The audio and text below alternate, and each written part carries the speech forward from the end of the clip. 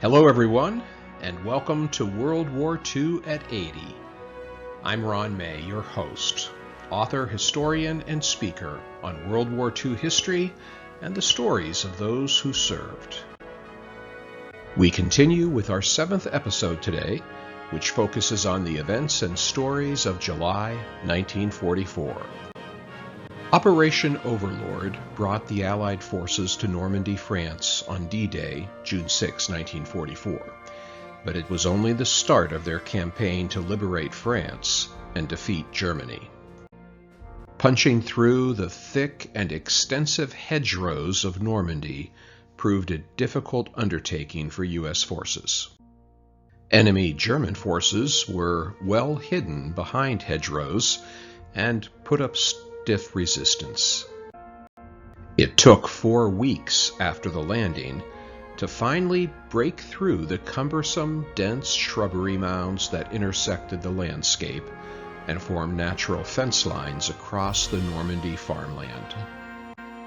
Today, you can still see the thick cover the U.S. forces had to push through. The U.S. First Army progressed as far south as the city of St. Lo when German panzer divisions brought a halt to their advance. That is when Lieutenant General Omar Bradley, field commander of American soldiers in Normandy, conceived the idea of using a massive airstrike to pummel the German forces. Codenamed Operation Cobra, the plan designated 550 Allied fighter bombers and 2,000 B-17s to drop their massive bombs on the German forces and panzer tanks along a 4-mile stretch of road outside of the city of St. Lo. It was a tricky operation. U.S. First Army infantrymen were located just to the north of the target area, close to the Germans' position, standing by to attack the Germans following the aerial assault. On July 25, 1944, the 2,550 aircraft, mostly from the U.S. 8th Air Force, flew from England and began the massive bombardment on the German position. The bombs did indeed decimate the German panzer divisions. But the carnage from the 5,000 tons of dropped bombs tragically drifted over to the U.S. side, prompting a frantic and terrifying effort to find cover from the deadly explosions. When the aerial campaign ended, 111 American soldiers were dead and almost 500 were wounded. Indiana Native War correspondent Ernie Pyle was on hand to witness the terrifying spectacle from a barnyard about 800 yards from the First Army's frontline position. He wrote of the harrowing experience in one of his articles, quote, "From then on, for an hour and a half that had in it the agony of centuries, the bombs came down. A wall of smoke and dust erected by them grew high in the sky. Then we were horrified by the suspicion that those machines high in the sky and completely detached from us were aiming their bombs at the smoke line on the ground, and a gentle breeze was drifting the smoke line back over us." Martinsville, Indiana native Verl Maxwell would have been in one of those B-17 bombers during Operation Cobra if he hadn't almost lost his life in a mission 5 months earlier. Maxwell, a B-17 tail gunner in the 8th Air Force, was hit in the chest by flak on February 25, 1944, while flying just his 3rd mission over Germany. He remembered getting shot. Some of his crew came over to his compartment to drag him to the radio room. The cold temperature from the high elevation helped to slow his bleeding and keep him alive. Someone gave him a shot of morphine to help with the pain. When the bomber safely returned to England hours later, Maxwell was transported to the American Station Hospital.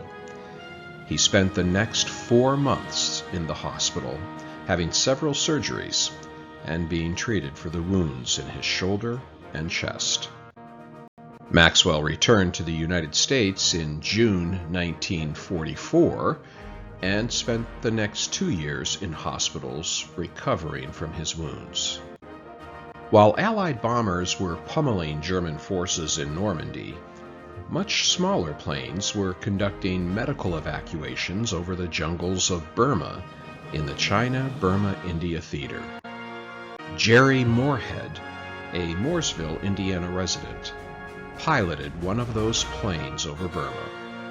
The small plane was known as a Piper Cub, or it was also called a Grasshopper. My job was to fly the specially fitted Piper Cub to pick up wounded and injured soldiers along the Burma Road and in the jungle fighting areas, Moorhead recalled in an interview. The Piper Cubs were small, but could transport up to 11 injured soldiers.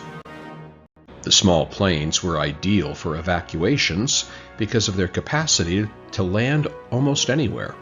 Roads, sandbars, level ground, sand, even rice paddies.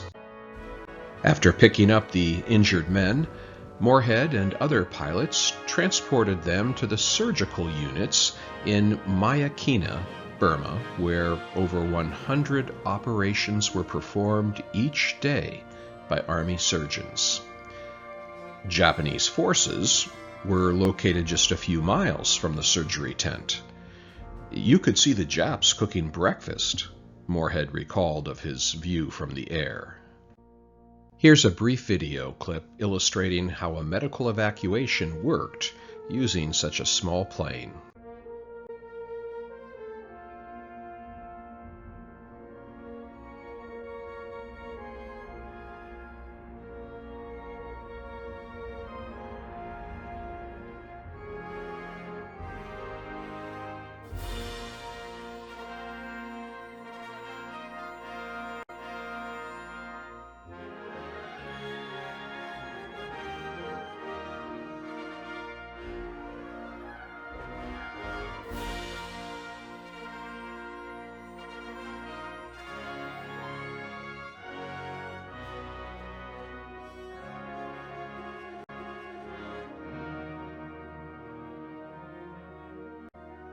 Moorhead's missions were dangerous. He flew over enemy territory and took off and landed on tricky, cleared jungle runways. Since we had to fly low when flying our missions, he said, the Japanese would often shoot at us with their rifles and machine guns. Although he was never shot down, Moorhead broke his back during a landing in Missional, Burma, where he had to nosedive his plane to avoid colliding with another plane. He was taken to a hospital in Lido, India, where he spent the next 2 months recovering in a full body cast. The back pain and uncomfortable body cast were not his only challenges. Heat and humidity plagued him as well. He recalled, "I remember it being so hot, over 100 degrees, and there was only one fan in the hospital. Luckily for me, it was beside my bed." In September 1944, Moorhead was sent to Billings Hospital at Fort Benjamin Harrison, Indiana, where he completed his recovery. Both Maxwell and Moorhead lived full lives into their 90s and enjoyed the fruit of their military service as representatives of the greatest generation.